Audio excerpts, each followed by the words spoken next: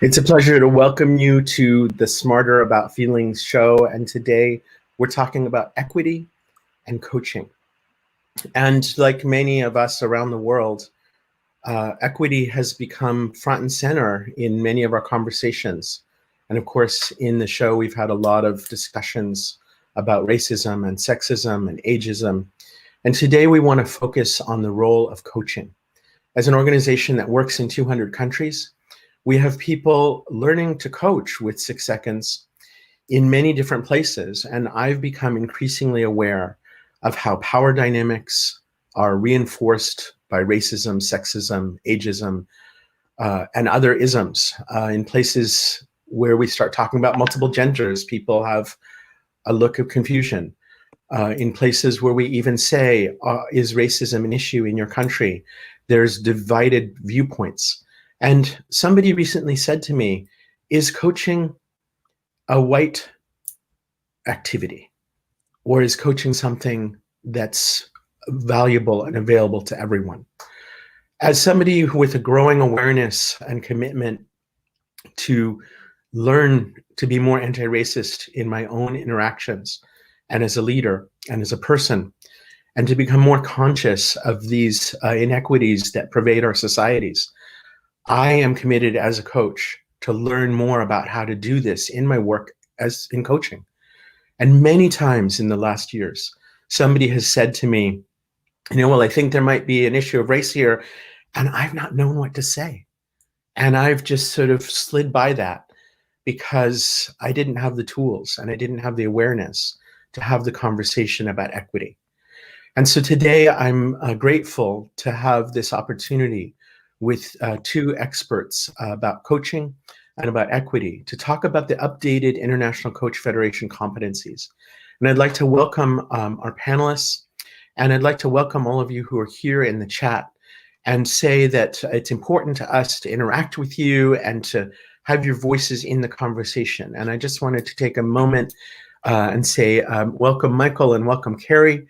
And we have people here from different places in the US. Hello, Gerald, it's great to see you here.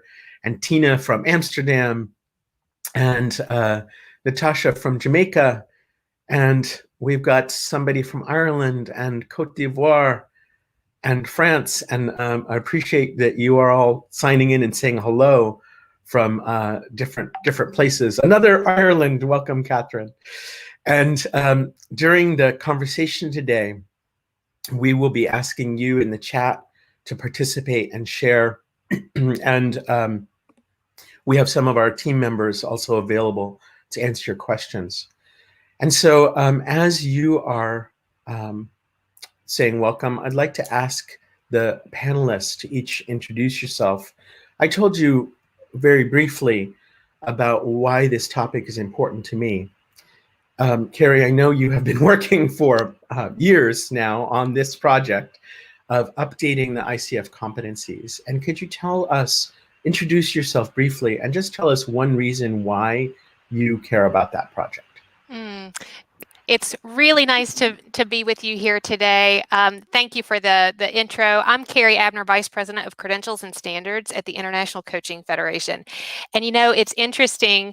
When I first came on board at the ICF, working on this project, this job analysis project that ultimately resulted in the updates to the core competencies, was one of the first initiatives that I started working on. So it's been a labor of love and absolute privilege for me to be a part of this important work. And it's been a learning experience. And that's the beautiful thing for me about this process, is that it's so informed by coaches all over the world, and to be able to learn from and with thousands of coaches from around the world to help inform and shape the updated core competencies, just tremendous. It's pretty awesome in my book. So glad to be here. Thank you so much. Thank you. Michael, same question to you. Yeah, Josh, thank you so much for inviting me on today. It's a delight to be here. Michael Eatman, Director and Founder of Culture 7 Coaching. One of the reasons that this initiative is critical for me as a coach, and also as I show up in the world as a man of color, that as the demographics are shifting and leadership is changing, there's a critical need for support.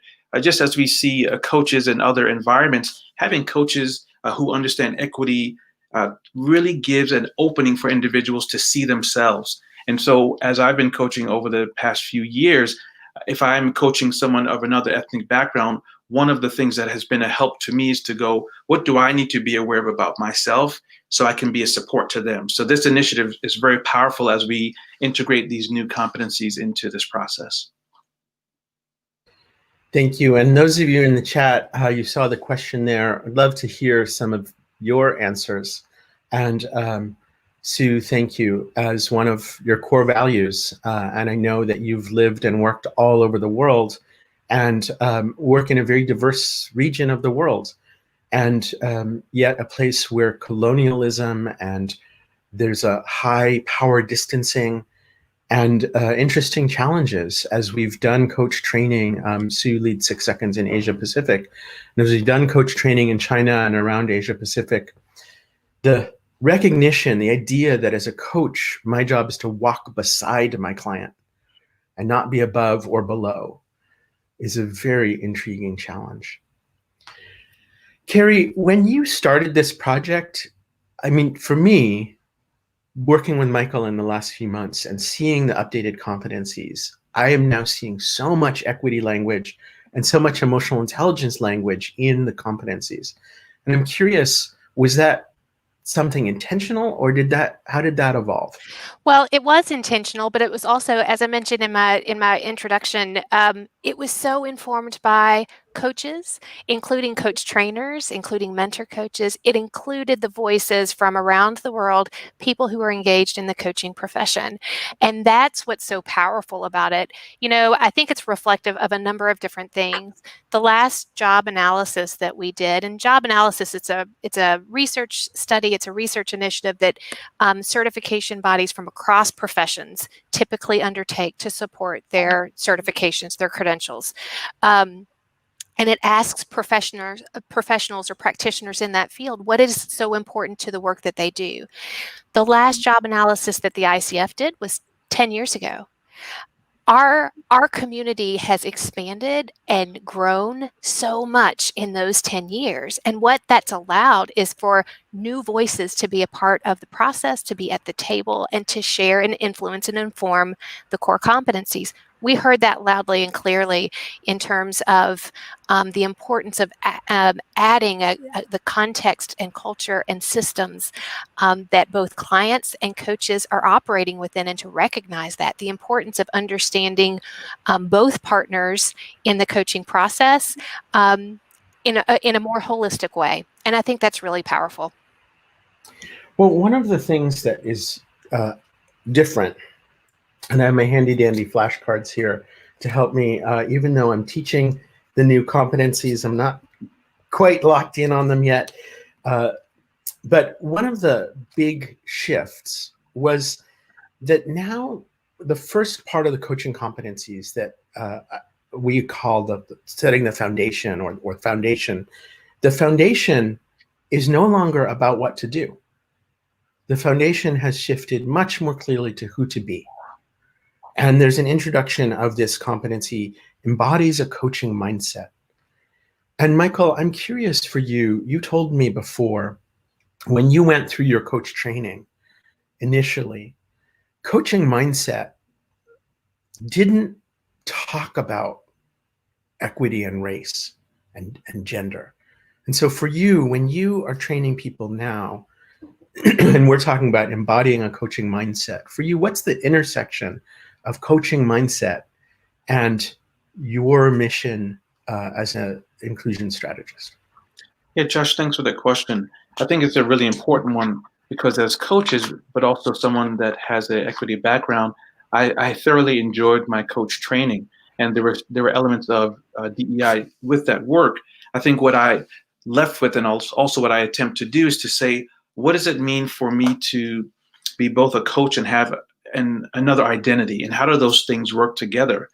So it's really important for me as I'm working with individuals. For example, I have someone that I'm working with who is a different ethnicity than I am, and they are a minister. And so we're talking about the difference between Christian values and American values. And so here I am having a conversation with the white gentleman who's a client, and all of these pieces are there. If I haven't done any of my own personal work as a coach, as a Black coach with a white client, I can close a door for that person, or I can hold space. And so for me, it's very important to do my own personal work as a coach, so I can hold that space, because the client is coming, so we can create a pathway. So I think those intersections allow me to both sit in who I am and then also have the purview to support the person I'm working with. And that idea of who I am and who I am as coach is somebody who cares about equity, somebody who's going to hold myself and others in a space of shared power and ownership and responsibility and shared wholeness, shared resourcefulness.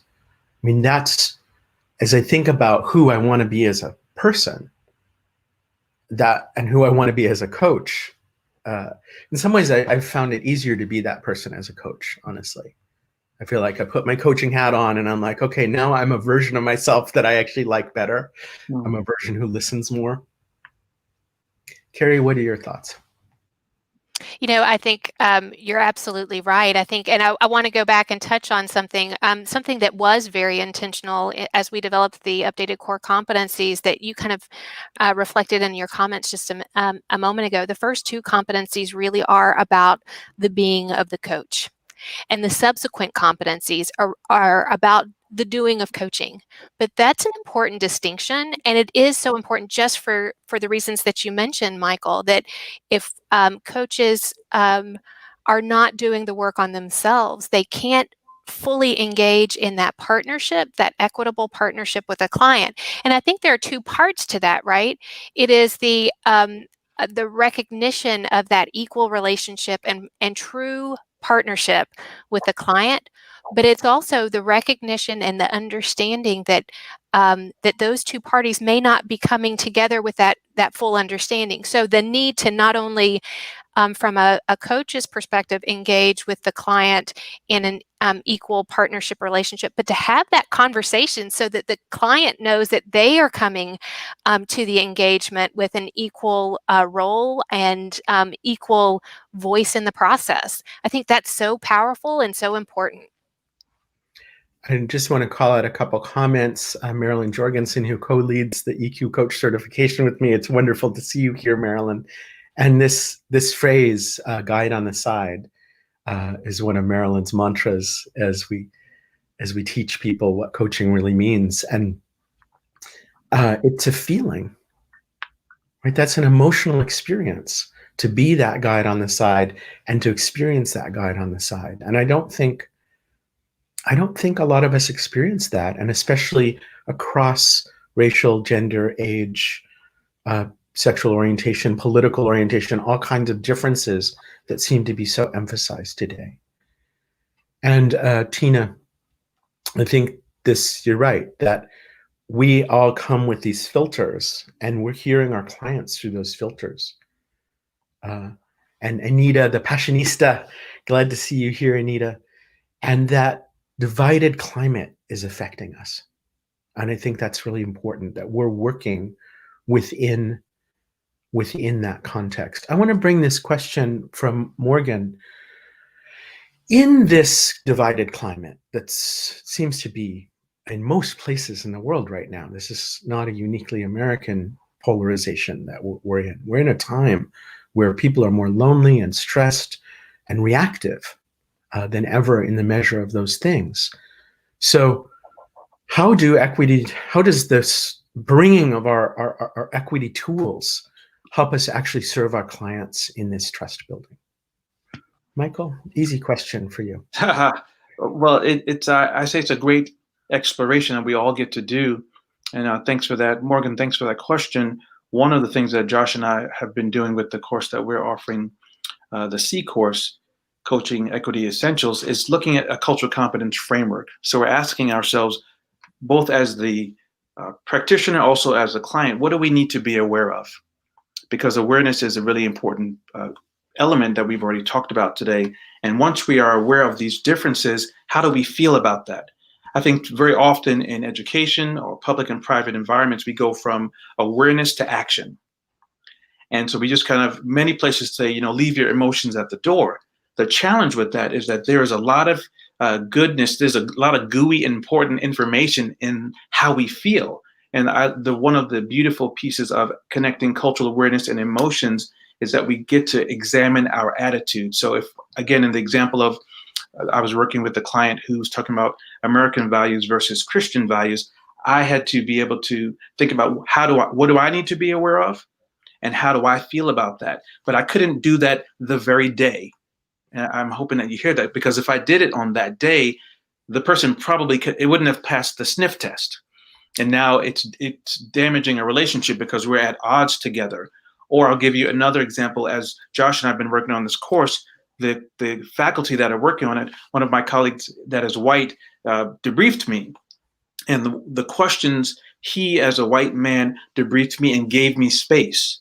He didn't say, Michael, let's be equal. So I think we have to really be very thoughtful about this idea of equality versus equity, right? I'm 5'7" and maybe someone else is 5'9". If you give us both the same thing, it doesn't work for me. Equity means understanding, listening, really carefully observing, understanding my awareness so I can make sure each person gets what they need at that moment. And as Carrie and Josh have both said, the coaches have to do some of that work first. And then as we begin to do that, we can enter in a space of humility to say, as a person that I show up in the world, this is what I'm thinking. What's going on with you? That's one of the ways that I think we can provide some space for one another. I want to continue with that, with looking at one of the competencies. So competency 2 is this one that I started talking about the coaching mindset. And one of the things that I realized working with you, Michael, but also in the course we teach at Columbia Teachers College and talking to people around the world, is that sometimes I grew up in a time where you weren't supposed to talk about race and color. And so learning to even say, well, as a white man, I might see this different than you, that felt really awkward and scary to me. But what's interesting to me is the recognition, looking at this competency, that I might not think I care about that. And of course, probably that's just my privilege that lets me say my race isn't important. But other people are seeing that, right? That's something I'm wearing. And in all of my interactions, that is coming into the conversation, whether I am aware and open to that influence or not. And so I think this competencies, what do you call them, Carrie? Sub-competency? These are sub-competencies. Yeah, that's right. Go ahead, Carrie.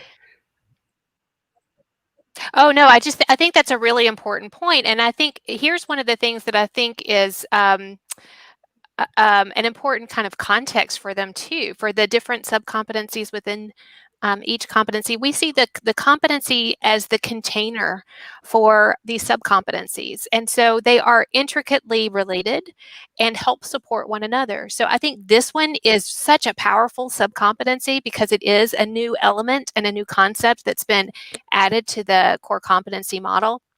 And so important, right? It is important. It is new, and it's it can be a little bit intimidating, right? To understand the impact of context and culture on both oneself as well as the client that one might be working with. But it's also intricately and inherently tied to sub-competency 2 in this competency area, which is engages in ongoing learning and development as a coach, which is we've already talked about as well. And the importance here is that this is a dynamic process, right? Just as we, Michael, I think your example just a few moments ago was really spot on. The development of trust with a client happens over time. You don't engage in the relationship with that trust already built to be able to have some of these conversations. That's a dynamic process. So too is the dynamic process for the coach who is engaging in this learning and growth that enables the coach to be able to understand, recognize, and really honor the impact of client culture, not just client culture, culture, context, and systems on both themselves and the client. Yeah. I want to just double click on that and ask all of you who are here in the chat, if you could take your heart in your hand in a minute for a moment and just be really honest. What we've been talking about so far, how ready and able are you to do that work? You know, in this, this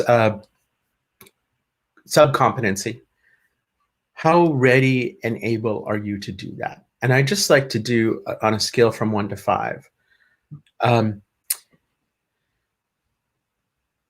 When in June,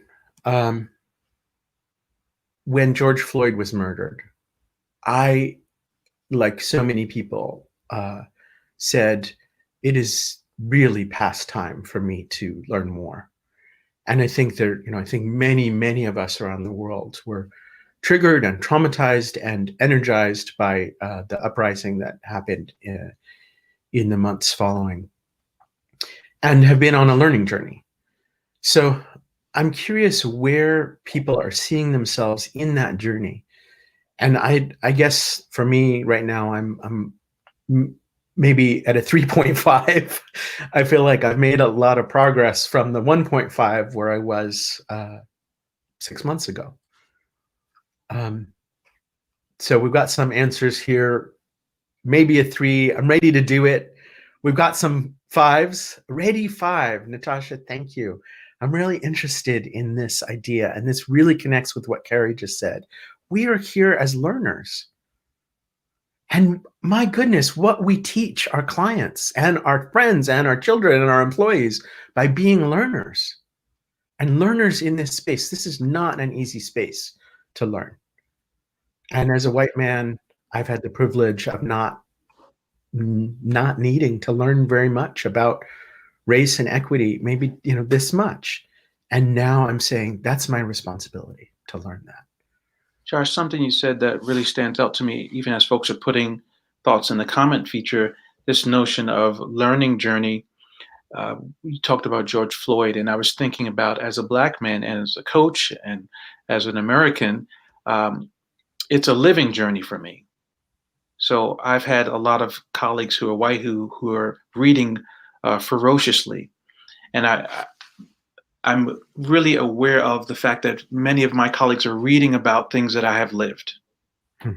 And so I think as coaches, when we talk about awareness and context, that the learning journey that others may be on, we have to provide both space for that and also the living journey. So I've had some times where a well-meaning friend would say, "Michael, have you read this?" And I don't want them to stop. I don't want my white colleagues to stop reading, and also folks of color. I also want us, the whole idea of being aware, it says remain aware and open. Be aware and open that I walk in this body every day, and that someone who identifies as female walks in that body every day, and someone that is a white male walks in that body, or someone who's a part of the LGBTQIA community walks in that body every day. And so the learning versus the living experience is really important to bring into the coaching process. And as a coach, Connie, I don't know how this lands for you, Carrie and Michael, but for me, I think that is a huge part of adding to the context. That's a huge part of our job as coach.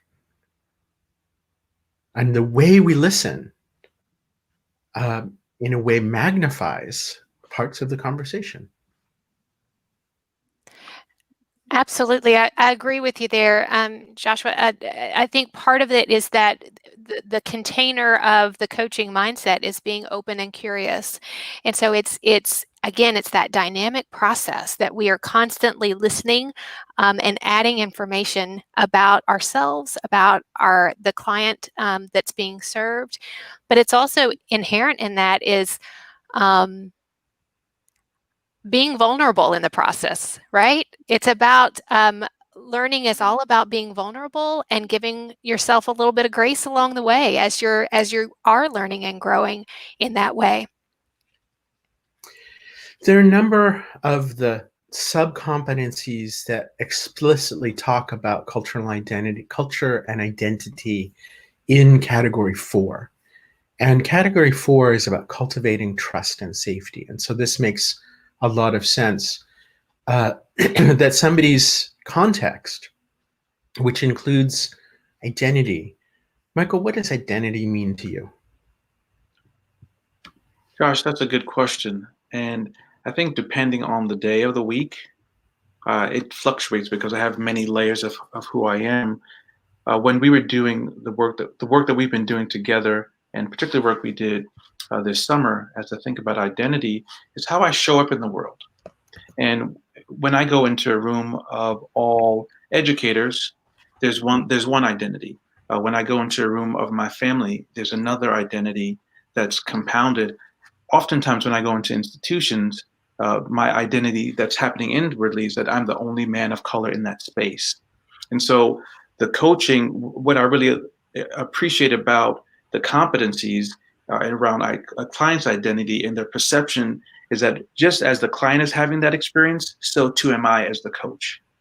And so I have to be really thoughtful, and it takes a lot of work to listen. I'm discovering more and more, because if I have a client who looks just like me, if I'm coming in the same identity stream as them, as I perceive, I could miss them.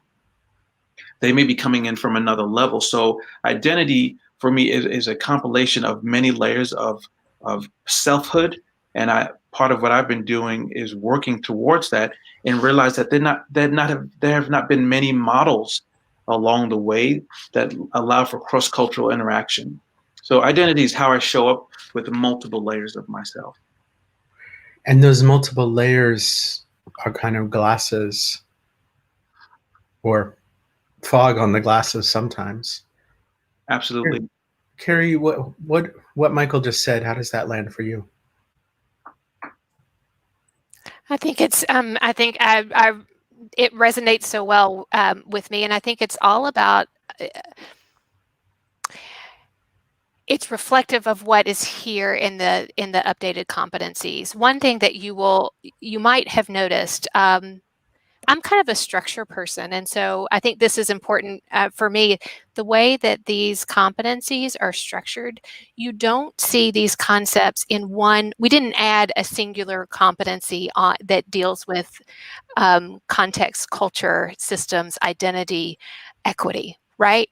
They are included in every single competency. And the reason is for exactly, I think, what Michael is getting to. It is an important part of how we listen. It is an important part of how we show up in the room, the mindset that we bring to the coaching that we provide with a single client or with multiple clients. It's about how we build trust. It's about how we evoke awareness, and that happens on both sides as well, right? It's integrated into everything that we do as a coach, and I think that's one of the reasons coaching is so powerful. As we peel back the layers and learn more, and I'm speaking for myself here, on this larger conversation around equity, right? I think that's I think coaching can be such a powerful tool in that space, because inherently it is about being curious, it's about learning, it's about growth, and it's about creating awareness, and that runs both sides. So I think it's super important. I'd like to just pause for a moment. We're about halfway through our time, and people who are here in the live stream, I want to encourage you to think about this question. Michael and Carrie, please think about this question. What is the important question for us to discuss today? We've had some very rich dialogue, and there's, I think, a lot for us to learn. Re-listening to this rewatching this first half hour, what's the important question that we have to get to? So I wish I could sing to have a little intermission music while you all thought about that, but I'm not going to subject anyone to that. And just ask you in the chat, or Michael and Carrie, if you wouldn't mind sharing out loud a question you want to make sure we get to. As soon as you're ready. I know I'm asking you to do my job, right? This is the lazy facilitation technique. It's kind of like coaching, where you say, "Oh, interesting. Well, what is the question I should ask you then?" This is a good coaching question, by the way. When when you ask your client a question, they're like, "That's not really making sense to me." And she's like, "Oh, well, what is the question I should ask you?" So, Michael, what is the question I should ask you? Yeah, when I think about us, sorry. yeah, what I think about, even as I'm looking in the chat feature, it just you said something a few minutes ago about everyone putting their heart in their hand. And so even the work that I do with Culture 7 coaching, how it came about is how do we unite hands, mend hearts, and challenge minds? Uniting hands, mending hearts, and challenging minds. And so the important question for me, which I'm, Carrie, just listening to, I've seen the competencies, but hearing you say it really excites me, because for me, the important question is that anyone that's willing to do this work can do it. Because I'm a person of color does not make me an expert at equity issues, let me tell you. That might be a different live stream to talk about. Because someone is a white person doesn't mean they cannot. Because someone is from another part of the world doesn't mean it stops them or they have a different language. These competencies demonstrate to me, it's like have you ever wished you had a gift and you were hoping that you would get it, and then you actually open the box and it's that thing? I think the coaching competencies, as a coach, this is an exciting profession anyway, but to see these elements of, oh, there's space for me. So I think the important question statement that I want to make is that there's space for everyone at the table, and the degree to which coaches prepare themselves, others can be served. Wow, that's powerful. And this is very related. My input on this question, or my response to this question, would be similar. It is, how can the competencies support? I'm not a coach, but if I were a coach, how can the competencies support me as a coach today, where I am in this learning journey? Because the tools are there, but they are intentionally designed to support anyone, anywhere they are on this journey. It's about the curiosity and the commitment to ongoing learning and development and growth. Michael, I started to type in the chat, and I know you said it twice, but uniting. Yeah. Say it again. Uniting hands, mending hearts, challenging minds. And it's really backwards, but I like to say it that way, because when you reach out to someone, in many regards, we reach out to people to say, how are you? In pre-COVID. Now we don't do that. I think when we're extending our hand, in fact, with the elbow, in fact, we're going through a mental exercise of, do I want to take the energy to do this? So I think that even when I'm uniting hands, my mind has to go out first to say, I want to use the mental energy to do that. So uniting hands, mending hearts means I'm going to do the personal work of exploring what's been challenging, what's good about this work, what's hard about that, right? And so that's the heart work. Uniting hands, mending hearts, challenging minds means, will I avail myself to the time and the space to connect? And so that has driven the work that I do, but it's also been a connector for me with 6 Seconds work, because you've talked about that in different ways. And part of that integration, it's a loaded word, but part of that intersectionality, those overlapping circles, really speaks to what I heard you say, Carrie, which is about how do we hold ourselves in that space of learner, of grace, of I didn't know enough before. And I think many people in the chat have shared that now, that but now can we learn better so we can do better? That's right. And I think there's a lot of stuff, that's the technical term. There's a lot of meat in the core competencies that aren't specific. So there are specific sub-competencies throughout the model that speak to this notion of context, culture, identity very explicitly. There are other sub-competencies that are really kind of foundational to being able to do that. So demonstrates curiosity throughout the coaching process, which is part of maintains presence, is one. Is comfortable in this working in the space of not knowing, also in maintains presence. We talked about one in embodies a coaching mindset, which is engages in ongoing learning and development as a coach. That's critical. There's lots in the establishes and maintains agreements competency 3 around partnering, truly coming to the table with the client as a partner, as a true partner. And there are others too. There are sub-competencies around showing vulnerability to build trust with the client. So acknowledging one's own vulnerability and emotion as an open door to help support the client in being vulnerable as well. I think these are important. So it's multi-layered in the way that it's structured to really support some of these important questions. I want to just stick with presence for a moment. It's not one that I pulled out in our little slides because, as you said, Carrie, it's sort of embedded implicitly in that competency. In our 6 seconds flashcards, we use the lighthouse icon for this competency. And one of the things I told Michael this yesterday, that I shared one of Michael's videos with somebody, and she said he has an incredible presence. And I've been thinking about kind of presence in this metaphor of lighthouse. What our presence as an invitation, our presence as a in some ways an unspoken message about how I see you. And Michael, I wonder if you would like to share a little bit about how you've come to develop your own presence as a coach.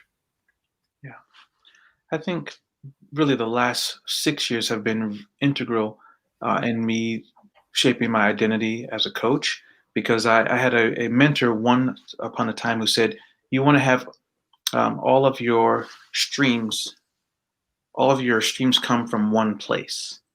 And I've realized that I had a lot of streams. And so that connects to who I am as a person of color and some of the challenges around systemic oppression that have impacted me. So to get all of my streams to come out of one space was really important, but also this idea of presence. And we've talked about this sense of vulnerability. Many of us of a certain age were taught to not talk about race, politics, sex, whatever it is. We don't talk about it, and we just have a nice storefront, as another mentor said. And when I think about presence as I'm showing up now, and really, Josh, this has been really developed as I've been a part of the 6 Seconds family, the vulnerability, the presence, if there's any presence and power, it's because there's been a price that's been paid. Presence, you can't have presence unless there's been a dear price that has been paid. And so it's kind of like you don't see what happens before, but all that has happened to get me to this moment. So if someone says, Michael, you have a great presence, I thank them, and really it's humbling. I also ask them, do they want to understand what it took to do that? And so to clarify that point for myself in relation to what we want viewers to get, if you are a coach who is not a person of color, like, Michael, how do I do this work? I don't know. I don't have the right words to say. I will ask you, well, what's been good and what's been hard about what you've done so far? Because it brings them right into the context to go, wait a minute, I have a story as a woman, as a man, as someone who is out of the, not a part of the binary, so as a house mom, as a stay-at-home dad, as a Democrat, as a Republican. So all of the collectiveness of who we are, we bring into coaching. And my last thought would be the IFC competencies gives, because it's such a large body, an influential body, it gives us space to go, this is a part of what it means to be a good coach. This is what it means to be a good human being. So presence comes out of pain, but it also comes out of having structures that help you to demonstrate who you are. Thank you, Michael. A lot of richness there, and I think it's really easy to look at someone, and say, wow, look, this person is so accomplished, they're so peaceful, they're so present, and to miss all the tumbling of those rocks that has brought you to to where you are today. So thank you for sharing that. Yeah.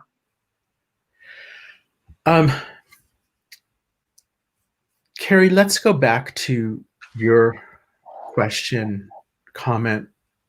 What's something you'd like to ask people in the chat about where they are in their journey of growing and learning as coaches and as people?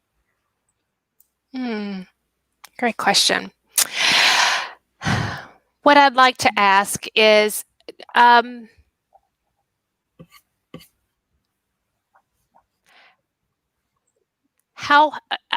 so maybe it's a two-part question. Maybe it's a stacked question, which really is a no-no, right? How can these core competencies support individuals who are participating today on this journey? And what else can help coaches who are on this journey? What else can be a support and guidance to coaches who are on this journey? Yeah, so that's a question that's, I think, super practical and profound. So coaches, people thinking about coaching, people who believe in the power of coaching, people who are doing this learning. Many of you said you're at a 5 for somewhere along there in your willingness and readiness, but not there yet in your how. What will help you take that step? So I'd love to have some answers in the chat. What would help you? And we got a couple answers already. And Kathleen, I think this shared space, this camaraderie, this community, I believe we've talked before about how at 6 seconds we want a billion people practicing emotional intelligence, but we can't practice by ourselves. Emotional intelligence is relational. Coaching is relational. Equity is relational. And so having a community where we feel safe enough to talk to each other and take risks and grow.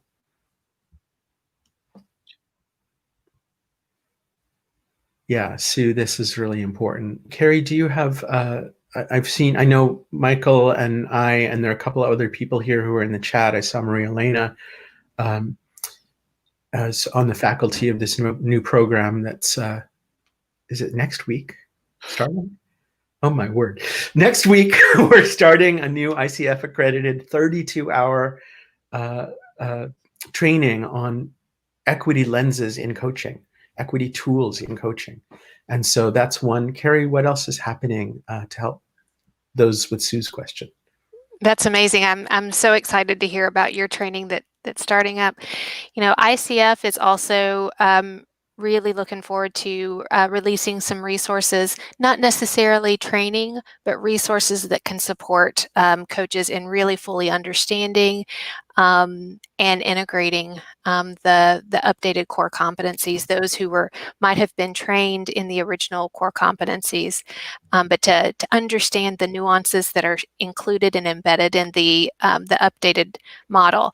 So one of those valuable resources is coming out in December. It's a series of videos that really takes competency by competency and talks about it through the lens of one of the expert coaches who was part of the update, the process to update the core competency. So it gives some really nice perspectives and some also really practical examples of how the competencies might manifest themselves in in coaching engagements and in coaching conversations. So we hope that's helpful to coaches who are trying to learn a little bit more and understand fully the updates. I've lost where it is now in the chat. I was trying to find it, but I think Anita typed seeing examples of this kind of coaching. And something we've grappled with about our live stream is actually, could we do some coaching live? It's a little hard to really do coaching when you know there's 100 people watching you live and 1,000 people who are going to watch you within the week. We've done a little bit of it, but I will say, even just recording some of those sessions, the Coaching Equity Essentials team has been doing that, and it's really tough to just like see the little blinking light and know that session is being recorded. But I agree with you, and we're working on that process. Michael, do you want to comment on that? I want to comment on something that came up a few minutes ago in the chat. I think Sue talking about how marginalized identities, how this work works with that. And it also connects for me deeply with this sense of presence that you and Carrie talked about, and also coaches as environmental carriers. We carry an environment as a coach. And so as I was looking through the chat, I saw one of my 6 Seconds family members, Catherine Roth, and we were in Italy together for the master class. And I remember we had to debrief each other, and I hadn't met her from a bowl of chili. And I was thinking, my goodness, do I really want to share my results with someone I don't know? And I remember us being in this small, we stayed in the castle for this master class. And as I met Catherine, as a woman who is a white woman, and I'm talking with her, and she carried an environment as a coach that was so welcoming that she disarmed me by her presence, but then also we had the beautiful opportunity to look at the results of who I was, and not only who I was, but who I wanted to be. So it's really important, I think, in particular for folks of color doing this kind of work, to have someone that has done their work, because if they haven't done their work, it makes it increasingly difficult to be seen and to be heard. So that's something that has been really meaningful to me, and I'm reminded of that as we have this conversation right now.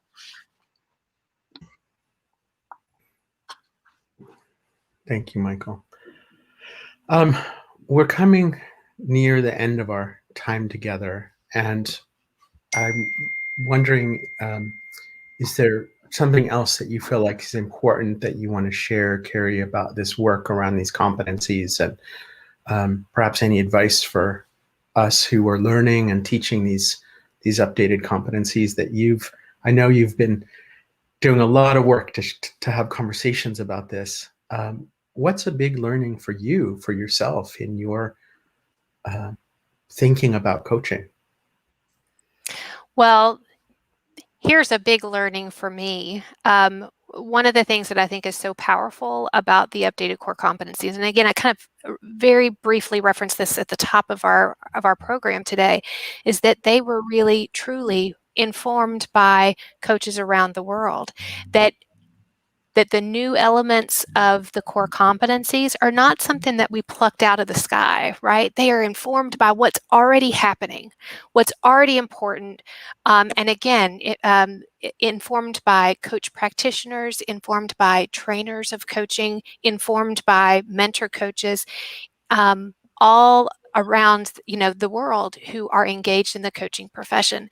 So what I love and what is powerful to me is that the core competencies are an organic, living, breathing model that continues to grow, just as individuals we are continuing to grow and learn and develop over time.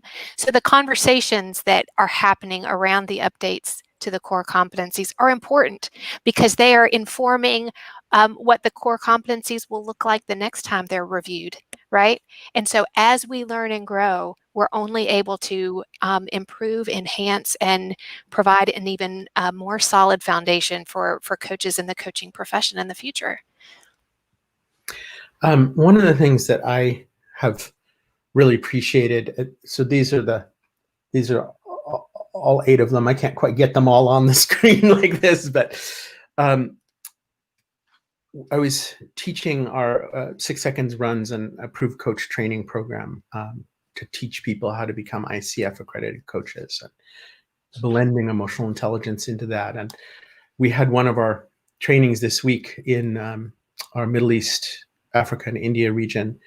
And so I was on with a group of coaches earlier this week in my little bit late night. And we were talking about some of these competencies. And I don't remember which one we were talking about, number 7 or something. And somebody said, but wait, you're talking about something. I said something about how, it's important how we show up. I don't remember. He said, but wait, that was in number 5. And I said, yes, exactly. These are not separate things. These are, and we sort of metaphorically, we have them on this key ring. The idea that you can kind of keep flipping through them. And actually, I think this is probably the most important part, is like what is unifying this is this process of you doing this work. And the competencies are actually reinforcing each other as a framework to help us show up and engage and do this work. And we keep coming back to that self as coach, and then engaging with our clients and building trust and clarifying and going further into action, and then loop back and then loop back and then loop back. Michael, how about you? What's one more thing you want to share? I was listening. This has been like a good meal. My last name is Eatman, so I oftentimes think about good eating. And my hope would be for coaches and individuals on the call to realize that this process takes time. It's a hard thing to hear. I think about when I talk with my children or when I talk with audiences.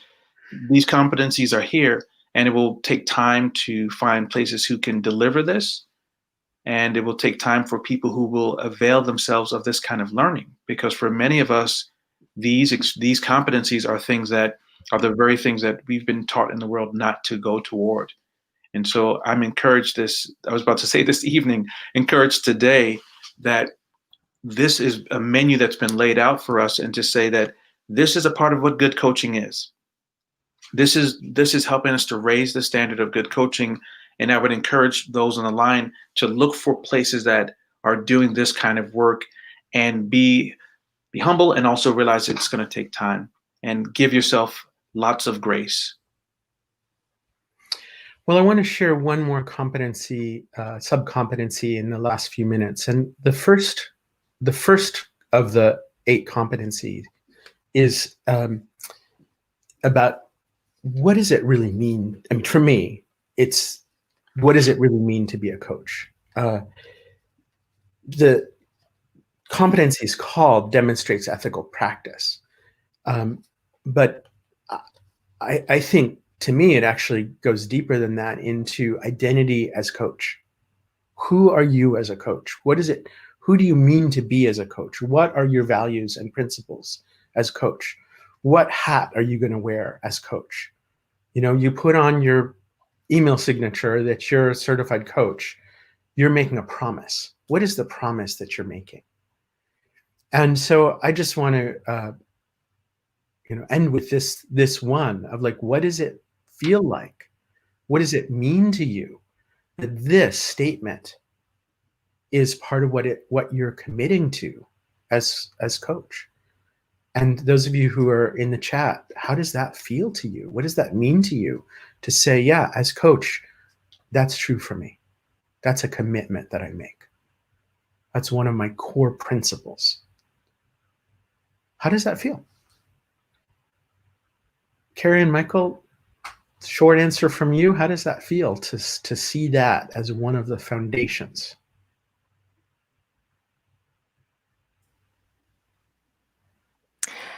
I think it's so important. I think if I could share what I'm feeling, I'm just feeling a kind of just fullness right here. I think you've hit something that's it's so important, so profound, Joshua, and really important, not just to ICF, but to the entire profession. One of the things that I'd like to mention here, because it is such an important question and it's an important element of the core competencies, but it's also something that has been drawn out as really core to the code of ethics that we aspire to, right? That we integrate. If we're looking today at the core competencies, but if you look at the code of ethics that was also updated and released at the very beginning of 2020, these concepts are integrated so clearly in that code of ethics and in the values that that our profession holds. So I think it's absolutely core to all that we do. Imperative. Thank you. And we have several agreements with variations on what you just said, Carrie, that the power of that and the alignment of that with who we want to be and who we're choosing to be. And the energy that unleashes for us to do this hard work. So I think that piece of aligning our principles and our values and our actions, fuels that authenticity, Robin, and it fuels that hope. And it's a lot of work. Michael? I think you said it well, Josh. It's a lot of work. And it's the idea that, one, it's a lot of work and we get to do it. I work in an independent school system, and one of my leaders talked about how there's such challenges right now. And an elder statesperson said, this is the very time that you've been waiting for. If we're on this call, we've been waiting to see this. If we're afraid of it, we've been waiting to get here, and now we have the opportunity to lean into it and to partner with others and not do it by ourselves. So I'm excited by the opportunity, and I'm humbled by the amount of work it's going to take us all to do it together. Well, I thank you both for your sharing today, and head and heart and hands. I think we've put some conversations into action for ourselves and for each other in this space. And I just want to appreciate the work both of you are doing for coaching and for equity and for the important work that's ahead of us. And thank you all for being here. And we'll look forward to seeing you next Friday. Next Friday, we have a super fun, but also a very challenging topic, which is it's World Children's Day and our partnership with UNICEF that we celebrate every year in the world's largest emotional intelligence project that's spanning 200 countries. But just like this work of equity, that work is far from done. And we have a range of panelists. Most of them are next generation. We have a 12-year-old and another teenager, and we have some young adult change makers. And we're going to be talking about the emotions and climate change and children's rights. And so I look forward to seeing you next week. And Carrie and Michael, thank you again, and look forward to seeing you some other time soon. Thank you so much for the chance to be part of this conversation today. It's been a real privilege and honor and a learning moment for me. So thank you. Thanks, Josh.